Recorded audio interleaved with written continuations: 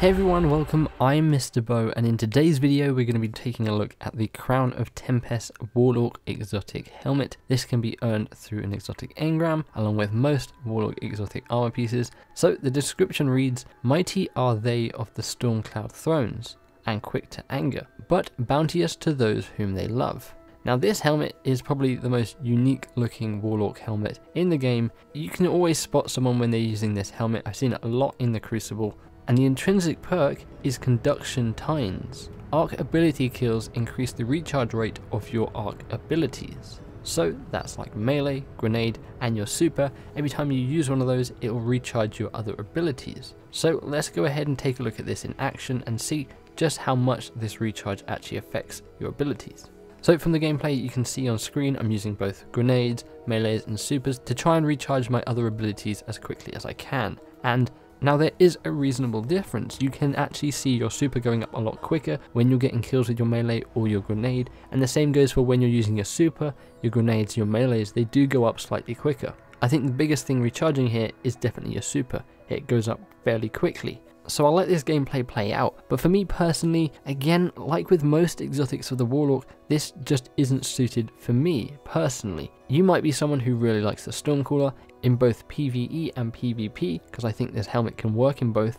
and you're just killing ads and bosses and enemies. You're probably not going to notice the difference, but you are going to be getting those abilities back quicker because you are, of course, using your grenades and melees constantly, and when you get your super, you're going to be popping that and killing a load of ads, which is then going to get your grenades and melee back a whole lot quicker. So it's kind of like this cycle that you're probably going to notice at first. You're going to be like, wow, this stuff's coming back super quick, and then eventually if you're continuing to use this helmet, you'll sort of just not notice it anymore, and it'll just be a normal thing that you're getting your abilities back quite quickly. But again, for me, I'd rather use something that's a little bit more useful, like the Winter's Guile or the Lunafaction boots that help my teammates out. But again, that's just me personally, that's more of my playstyle, but this might be your playstyle. So of course, like all other exotics, it has a lore tab, so let's read the lore tab. This is written that you may understand.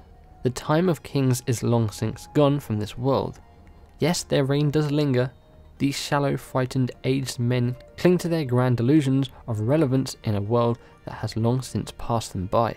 But their reign is a lie, a fleeting charade that will crumble beneath the weight of their greed.